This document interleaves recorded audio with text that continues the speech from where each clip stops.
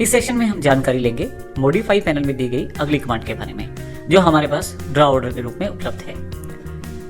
इसके लिए हमें मॉडिफाई पैनल पे क्लिक करना है। जो फ्लाई आउट पैनल नीचे दिया गया है उससे आप पूरा मॉडिफाई पैनल खोल लीजिए। सबसे लास्ट में दी गई कमांड हमारे पास ड्रा ऑर्डर कमांड है, जिसमें काफ़ी सारे ऑप्शंस हैं। यदि आप इसके साथ दिए गए ड्रॉप डाउन बॉक्स को क्लिक करें तो आप देखेंगे इसमें काफ़ी सारे ऑप्शंस दिए गए हैं, जैसे bring to front, send to back, bring above objects, send under objects, और इसके अलावा नीचे की तरफ भी कुछ ऑप्शंस दिए गए हैं। हम सबसे पहले बात करते हैं इनका किस प्रकार से प्रयोग किया जा सकता है या किया जाता है। यदि आप पहले से किसी वर्ड प्रोसेसिंग सॉफ्टवेयर से अर्थात MS वर्ड या वर्ड पैड से जानकारी रखते हैं तो आपको जानकारी होगी कि उसमें भी इस तरह के ऑप्शन अवेलेबल हैं, जिसमें हम एक से अधिक ऑब्जेक्ट का ऑर्डर सेट कर सकते हैं। अर्थात यदि हमारे पास एक से अधिक ऑब्जेक्ट हैं तो किसको पहले या ऊपर दिखाना है, किसको नीचे दिखाना है, वो हम सेट कर सकते हैं ड्रा ऑर्डर के साथ। तो आइए इसको प्रैक्टिकल एग्जांपल के रूप में देखते हैं, जिनमें सबसे पहला ऑब्जेक्ट हमारे पास ब्लू कलर का है, फिर रेड और फिर ग्रीन कलर का। तीनों ऑब्जेक्ट का अलग ऑर्डर है। जैसे सबसे नीचे ब्लू वाला है, उसके पश्चात स्टैक में लाल वाला यानी कि रेड कलर का, और उसके ऊपर ग्रीन वाला। सबसे पहले मैं मॉडिफाई पैनल में ड्रॉ ऑर्डर कमांड के साथ ब्रिंग टू फ्रंट कमांड को सिलेक्ट कर लेता हूं।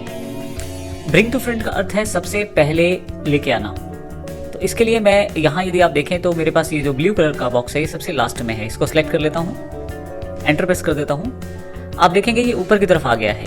ये केवल ना रेड के ऊपर आया है, बल्कि जो हमारे पास ये ग्रीन बॉक्स है, अगर मैं इसको इसके नीचे लाने की कोशिश करूँ और एस्केप करूँ तो आप देखेंगे ये इसके ऊपर भी है।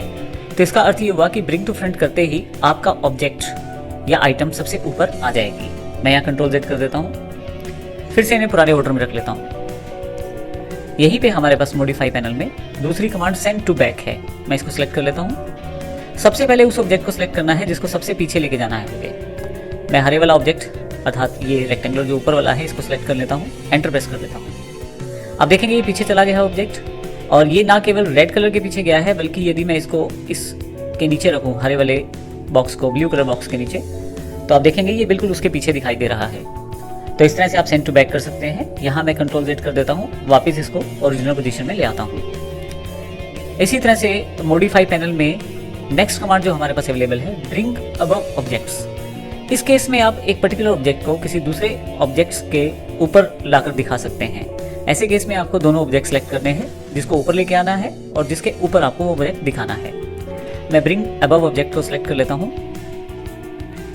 मैं रेड वाले ऑब्जेक्ट को सिलेक्ट कर लेता हूँ और यहाँ से एंटर प्रेस कर देता हूँ। अब रेफरेंस ऑब्जेक्ट जो है ग्रीन वाला है, मैं क्लिक करता हूँ, एंटर कर देता हूँ। अब आप देखें जो रेड वाला बॉक्स है वो ऊपर आ गया है ग्रीन वाले के। तो इस प्रकार से हम इस तरह से ऑर्डर सेटअप कर सकते हैं। मैंने यहाँ Ctrl+Z फिर से कर दिया है। इसी तरह से हमारे पास एक और कमांड अवेलेबल है इसके साथ, सेंड अंडर ऑब्जेक्ट। इसमें भी हमें दो सिलेक्शन करने पड़ेंगे। पहला सिलेक्शन जिस ऑब्जेक्ट को पीछे लेके जाना है, और दूसरा जिस ऑब्जेक्ट के पीछे लेके जाना है। मैं सेंड अंडर ऑब्जेक्ट को सिलेक्ट कर लेता हूँ और ग्रीन वाले को सिलेक्ट करके एंटर प्रेस करता हूँ। अब मुझे रेफरेंस ऑब्जेक्ट को सिलेक्ट करना है जिसके पीछे मैं इसे लेके जाना चाहता हूँ। मैं ब्लू कलर का बॉक्स सिलेक्ट कर लेता हूँ और एंटर कर देता हूँ। अब आप देखेंगे ये सबसे पीछे जा सकता है, और अगर मैं इसको यहाँ से ड्रैग करके ब्लू के पीछे लेके जाऊँ तो यह सेंड अंडर ऑब्जेक्ट के अंतर्गत पीछे की तरफ चला गया है। तो इस प्रकार मैं आसानी से किसी भी ऑब्जेक्ट का ऑर्डर चेंज कर सकता हूँ इन कमांड्स के साथ।